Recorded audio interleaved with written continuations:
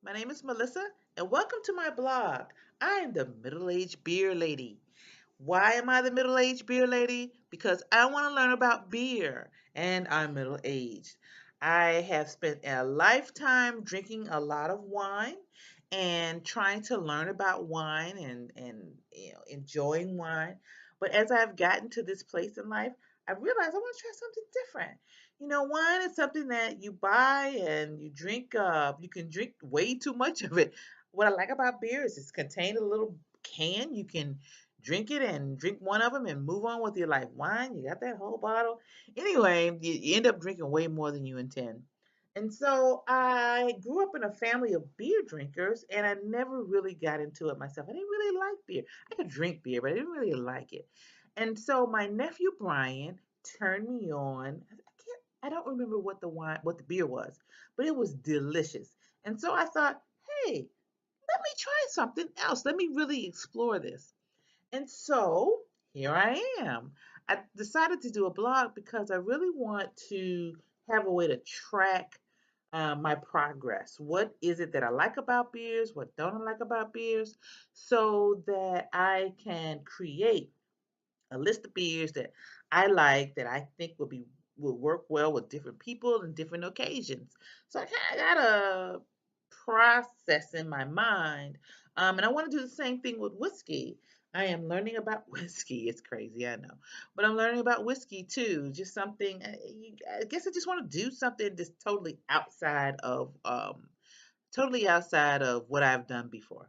Anyway, in my effort to learn about beer, I did a little research and so I could know what I was talking about and have some categories to use when I am describing what I think about the beer. And I came up with six. And well, I didn't come up with it, but I found a list of six.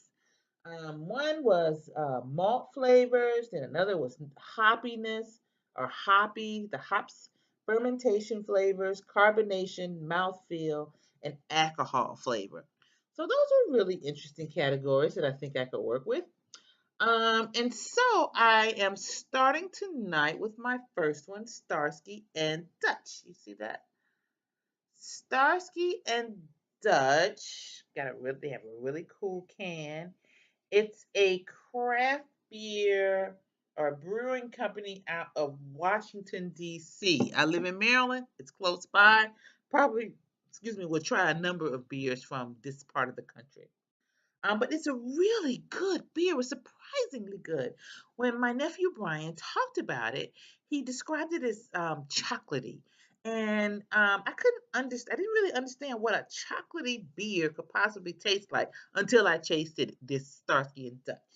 It is really delicious. And if you don't like beer, it might be something that you might want to try because it doesn't taste like your um, uh, kind of the beer that you think about, something that's kind of weak and thin. This is really a thick experience, and I'm really enjoying it. When I talk about the malt flavors, it's more toffee like, smoky. There are layers there, and like I said, it tastes like chocolate. Not chocolate in an unpleasant way, but it falls in your tongue like it's chocolate. It's not hoppy at all, unless I don't understand hoppy, which is entirely possible. But my understanding of hoppy is that it's citrusy, piney, grapefruity, those tastes that are lighter. That would really probably work better in the summer. This is a really interesting beer to have, I think, even this time of year or in the winter because there's a thickness there that is warming. The fermentation flavors. Now, I'm not sure what does it say? Baked bread, fresh baked bread, clove-like, aromatic, tropical, subtle, fruity. It really tastes yeasty, if I'm understanding. Yeasty and earthy. There's a depth there. And those are the words that when I saw yeasty and earthy, I thought depth, complexity. Interesting. You have to really go deep to get to what you think that beer tastes like or get to the experience of drinking that beer. It's almost like many moons ago, I tried a red Zinfandel that was delicious. And what I like about that is that it's um, not thick, that's not the right word. Jammy. It's well, yeah, thick. It's not sweet, but you get it in your mouth and it's like a burst of flavor, and that is what this is.